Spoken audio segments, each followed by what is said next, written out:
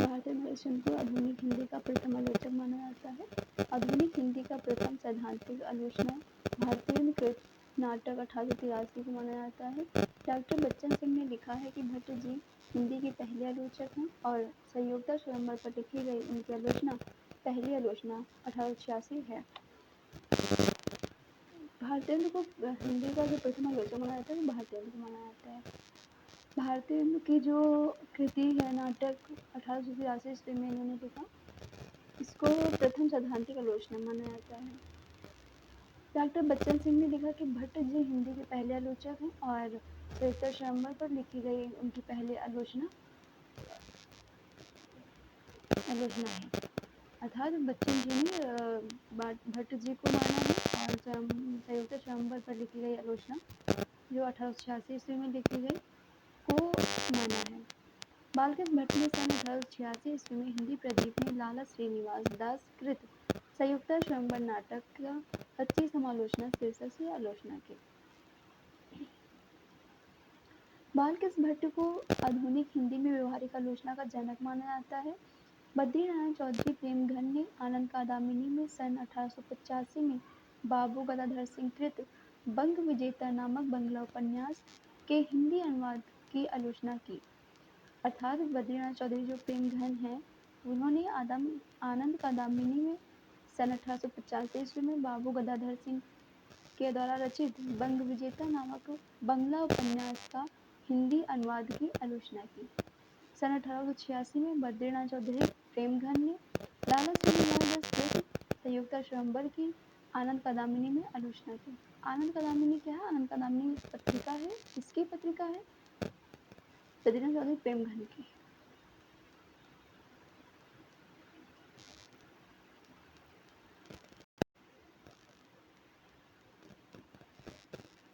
आचार्य शुक्ल ने लिखा है कि समालोचना का सूत्र हिंदी में एक प्रकार से भट्ट जी और चौधरी साहब ने ही किया है। संक्षिप्त रूप में देखते हैं कि प्रथम आलोचक भारतेंदु जी हैं और उन्होंने जो आलोचनात्मक कृति है वो भारतेंदु कृत नाटक है। बच्चन जी ने भट्ट जी को माना, उनकी पहली आलोचनात्मक रचना संयुक्ता स्वयंवर पर लिखी गई आलोचना को माना। बालकृष्ण भट्ट ने हिंदी प्रदीप पत्रिका का प्रकाशन किया, उसमें लाला श्रीनिवास दास कृत संयुक्ता स्वयंवर नाटक का सच्ची समालोचना नाम से आलोचना की। भट्ट जी को आधुनिक हिंदी में व्यवहारिक आलोचना का जनक माना जाता है। बद्रीनारायण चौधरी प्रेमघन ने आनंद कादामिनी नामक पुस्तक पत्रिका का प्रकाशन किया। 1885 में बाबू गदाधर सिंह कृत बंग विजेता नामक बंगला उपन्यास के हिंदी अनुवाद की आलोचना भी बद्रीनाथ चौधरी प्रेमघन ने आनंद कादामिनी पत्रिका में की। 86 में बद्रीनारायण चौधरी प्रेमघन ने लाला श्रीनिवास दास कृत संयुक्ता स्वयंवर की आनंद कादामिनी में आलोचना की। किसने की? बद्रीनाथ चौधरी प्रेमघन ने लाला श्रीनिवास दास द्वारा कृत संयुक्ता स्वयंवर के आनंद कादामिनी में आलोचना की। आचार्य शुक्ल ने लिखा है कि समालोचना का सूत्र हिंदी में एक प्रकार से भट्ट और चौधरी साहब ने किया। चौधरी साहब बद्रीनारायण चौधरी।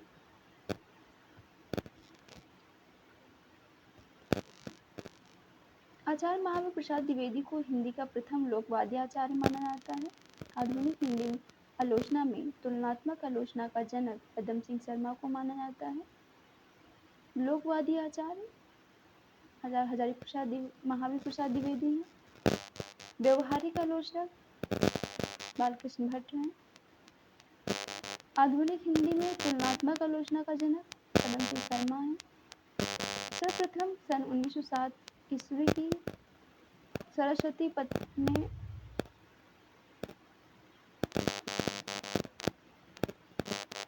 पदम सिंह शर्मा ने बिहारी और फारसी कवि सादी की तुलनात्मक आलोचना की। सन 1910 में मिश्र बंधुओं ने प्रसिद्ध आलोचना ग्रंथ हिंदी नवरत्न की रचना की।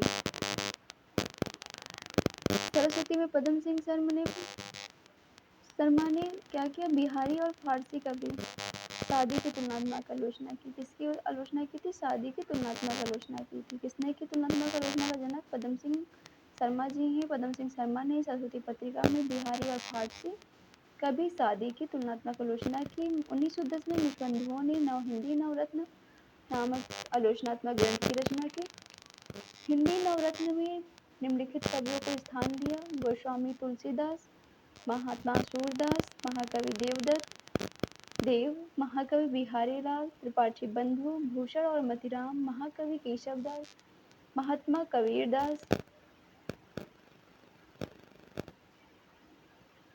महाकवि चंद्र बरदाई और भारतेंद्र बाबू हरिश्चंद्र। हिंदी नवरत्न में निबंधों ने सर्वप्रथम देव बड़े के बिहारी विवाद को प्रारंभ किया। इन्होंने देव को श्रेष्ठ बताते हुए तुलसी और सूर्य के समकक्ष स्थान दिया। हिंदी नवरत्न में निबंधों ने क्या किया है? देव बड़े के बिहारी विवाद को प्रारंभ किया। इन्होंने देव को श्रेष्ठ माना है। देव को श्रेष्ठ बताते हुए तुलसी और सूर्य के समकक्ष स्थान दिया है देव को। देव बड़े के बिहारी विवाद में भाग लेने वाले अन्य आलोचक: पद्म सिंह शर्मा, बिहारी सत्सई तुलनात्मक अध्ययन, जिसमें इन्होंने बिहारी को बड़ा माना। कृष्ण बिहारी मिश्र, देव और बिहारी, जिसमें इन्होंने देव को बड़ा माना। लाला भगवान दिन, बिहारी और देव, जिसमें पद्म सिंह शर्मा ने बिहारी को बड़ा माना, कृष्ण बिहारी मिश्र ने देव को बड़ा माना, लाला भगवान दिन ने बिहारी को बड़ा माना। अर्थात पद्म और लाला भगवान दिन बिहारी को बड़ा मानते हैं और देव और मिश्र बंधु, देव को मिश्र बंधु और कृष्ण बिहारी मिश्र बड़ा मानते हैं।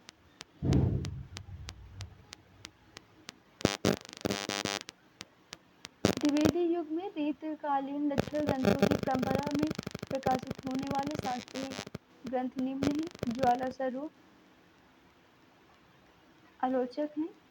इनकी पुस्तक आलोचना पुस्तक है रुद्र पिंगल, प्रताप नारायण सिंह की रस सुकुमार, जानकी प्रसाद की काव्य सुधाकर, जगन्नाथ दास रत्नाकर, धनाक्षरी नियम रत्नाकर। लाला भगवान दिन अलंकार मंजूषा, व्यंगार्थ मंजूषा, अलंकार मंजूषा, व्यंगार्थ मंजूषा किसकी? लाला भगवान दिन की है। अयोध्या सिंह उपाध्याय रसकलश, अर्जुनदास केडिया, भारती भूषण, बिहारी लाल भट्ट साहित्य सागर, विश्वनाथ प्रसाद मिश्र काव्यांग कौमुदी, रामदही मिश्र काव्य दर्पण। जगन्नाथ रत्नाकर ने पोप के एसेस ऑन क्रिटिसिज्म का पद्यात्मक अनुवाद समालोचना दर्शन शीर्षक से किया। हिंदी में शोध एवं अनुसंधान परक समीक्षा का विकास नागरी प्रचारणी पत्रिका के प्रकाशन से माना जाता है। हिंदी में अनुसंधान परक समीक्षा का विकास कब से मनाया जा रहा है? नागरी प्रचारणी पत्रिका के प्रकाशन से। सन 1921 में सर्वप्रथम काशी हिंदू विश्वविद्यालय में परास्नातक एमए के पाठ्यक्रम में हिंदी को स्थान दिया गया।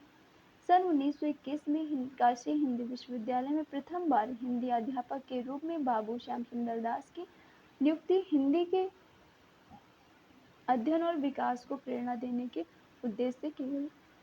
डॉक्टर श्याम सुंदर दास के मार्ग निर्देशन में पीतम्बर दत्त बड़तवाल ने हिंदी का प्रथम शोध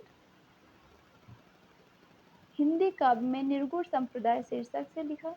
हिंदी में एकेडमिक आलोचना अध्यापकीय आलोचना का सूत्रपात बाबू श्याम सुंदर दास ने किया। अर्थात बाबू श्याम सुंदर दास ने क्या किया? अध्यापकीय आलोचना का सूत्रपात किया।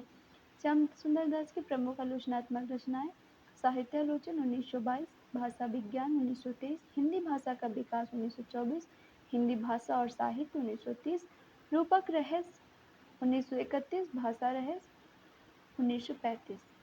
दोबारा दोहराएंगे: साहित्यालोचन 1922, भाषा विज्ञान 1923, हिंदी भाषा का विकास 1924, हिंदी भाषा और साहित्य 1930, रूपक रहस्य 1931, भाषा रहस्य 1935। जिसमें साहित्यालोचन, हिंदी भाषा और साहित्य, रूपक रहस्य, भाषा रहस्य महत्वपूर्ण आलोचनात्मक पुस्तक। शुक्लयुग विशुद्ध आलोचना: आचार्य रामचंद्र शुक्ल की प्रथम सैद्धांतिक आलोचना काव्य में रहस्यवाद 1929 निबंध नाम से प्रकाशित हुई। प्रथम आलोचनात्मक क्या रहा इनका, शुक्ल जी का? सैद्धांतिक आलोचना थी काव्य में रहस्यवाद निबंध को माना जाता है। आचार्य रामचंद्र शुक्ल को सैद्धांतिक आलोचनाकार के रूप में जाना जाता है। आचार्य रामचंद्र शुक्ल की प्रमुख आलोचनात्मक कृतियां निम्न हैं: गोस्वामी तुलसीदास 1923, जयश्री ग्रंथावली 1924, भ्रमर गीत सार 1925, दशमीमांसा 1949। दोहराएंगे, गोस्वामी तुलसीदास 1923, जयश्री ग्रंथावली 1924, भ्रमर गीत सार 1925, दशमीमांसा 1949। रसमीमांसा आचार्य रामचंद्र शुक्ल की सैद्धांतिक आलोचना है।